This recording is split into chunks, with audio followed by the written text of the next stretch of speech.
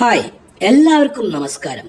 Frame focus entertainment എന്ന ഞങ്ങളുടെ ചാനലിലേക്ക് എല്ലാവർക്കും സ്വാഗതം. മോഹൻലാൽ തരുൺമൂർത്തി ചിത്രം തുടരും മലയാള സിനിമയിൽ ചരിത്രം തിരുത്തിക്കുറിക്കുന്നു.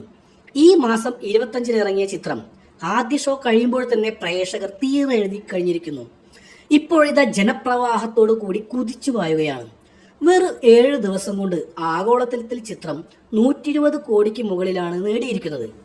ആർക്കും നെഗറ്റീവ് പറയാൻ കഴിയാത്ത വിധത്തിൽ വളരെ മനോഹരമായി തന്നെ തരുൺമൂർത്തി ചിത്രം പകർത്തിയെടുത്തിരിക്കുന്നു. വളരെ ശ്രദ്ധേയമായ മറ്റൊരു കാര്യം, ഒരു മാസത്തിനുള്ളിൽ 100 കോടി ക്ലബിൽ മോഹൻലാലിൻ്റെതായി എത്തിയിരിക്കുന്നത് 2 ചിത്രങ്ങളാണ് എന്നുള്ളതാണ്. ഒരു മലയാള സിനിമയ്ക്കും സ്വപ്നം കാണാൻ കഴിയാത്തത്ര ഉയരത്തിലേക്കാണ് എമ്പുരാൻ കുതിച്ചു കയറിയത്. 2025-ൽ ഏറ്റവും മികച്ച കളക്ഷനാണ് എമ്പുരാൻ ബോക്സ് ഓഫീസിൽ നിന്നും നേടിയത്.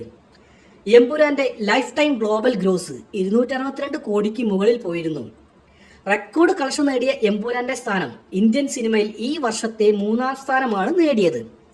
March 27-നാണ് theatre റിലീസിനെത്തിയത്. എമ്പുരാന്റെ അത്രയ്ക്കും പ്രീ റിലീസ് ഹൈപ്പോടെ തുടരുമെന്ന സിനിമ ഇറങ്ങിയില്ലെങ്കിലും മൗത്ത് പബ്ലിസിറ്റിയിൽ അതിനേക്കാളേറെ മികച്ച അഭിപ്രായം തുടരും ചിത്രത്തിന് നേടാൻ കഴിഞ്ഞു.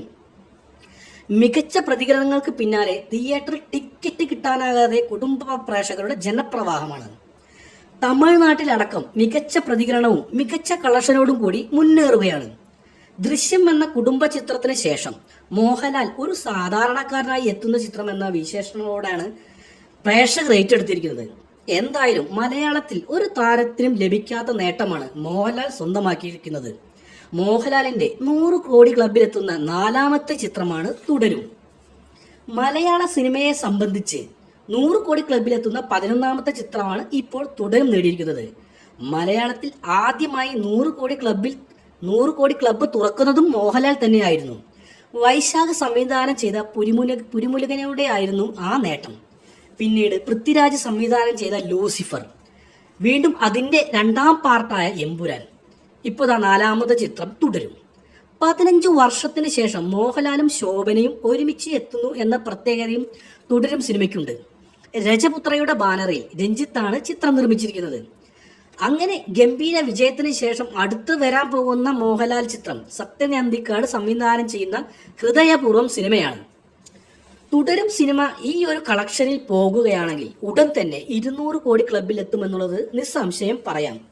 ഓവർസീസിലെല്ലാം ഈ ചിത്രത്തിന് എല്ലായിടത്തും ഹൗസ്ഫുൾ ഷോകളാണ് നടന്നുകൊണ്ടിരിക്കുന്നത്. അപ്പോൾ ഈ വർഷം 2025 അപ്പോൾ മലയാളത്തിന്റെ മോഹൻലാൽ 200 കോടി അടുത്തത് 200 കോടിയാകുമെന്നുള്ളതിൽ ഒരു സംശയമില്ല, തൂക്കിയിരിക്കും. അപ്പോൾ പുതിയ വിശേഷങ്ങളുമായി ഇനിയും കാണാം. അപ്പോൾ ഞങ്ങളുടെ ചാനലൊന്ന് സപ്പോർട്ട് ചെയ്യണമെന്ന് വിനീതമായി അഭ്യർത്ഥിക്കുന്നു.